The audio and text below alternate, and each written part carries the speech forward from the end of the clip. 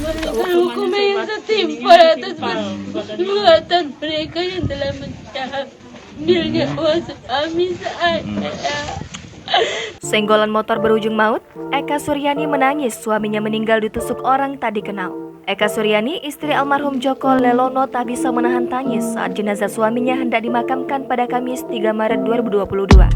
Diketahui, Joko Lelono meninggal dibunuh seseorang di depan SPBU Jalan Letjen Harun Sohar, Kelurahan Kebun Bunga, Kecamatan Sukarami, Palembang, Rabu 2 Maret 2022 sekitar pukul 16.00 waktu Indonesia Barat.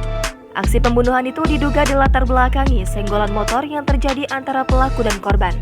Eka menangisi sang suami di rumah duka yang terletak di Jalan W. Morong, Kelurahan Sukamulya, Kecamatan Sematang Borang, Palembang. Dia hanya bisa terduduk lemas di depan rumah menatap ke arah warga yang membawa jenazah suaminya ke masjid untuk disalatkan sebelum dimakamkan di TPU kawasan Sako. Sempat dilarang pihak keluarga untuk ikut ke TPU lantaran kondisinya yang terlihat lemas, namun Eka tetap memaksa agar bisa mengantar suaminya ke tempat peristirahatan terakhir. Ia beralasan ikut mengantar karena mau bersama suaminya untuk terakhir kalinya. Selain istri, korban juga meninggalkan seorang anak perempuan yang masih berusia 6 tahun. Dan meninggalkan anak dalam usia 6 tahun. Eka menceritakan hampir setiap hari biasanya sang suami menjemput dia pulang bekerja.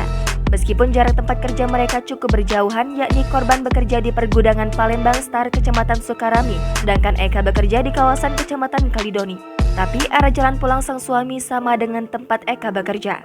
Minggu biasanya dia jemput kan. Oh, biasa jemput. Biasa dia jemput balik itu pukul 5, tapi pukul 5 kok belum jemput.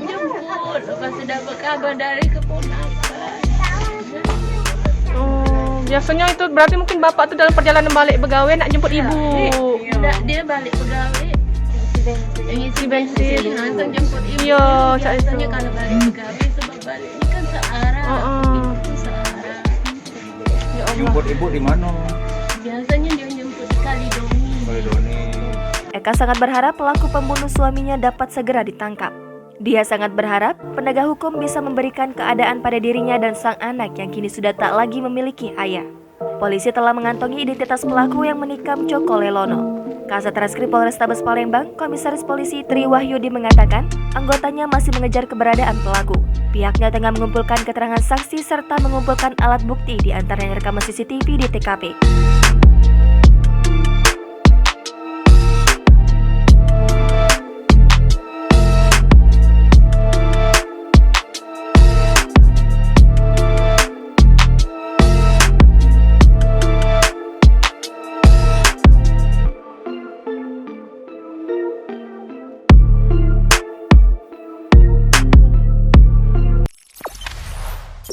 Jangan lupa subscribe, share, komen, dan like ya.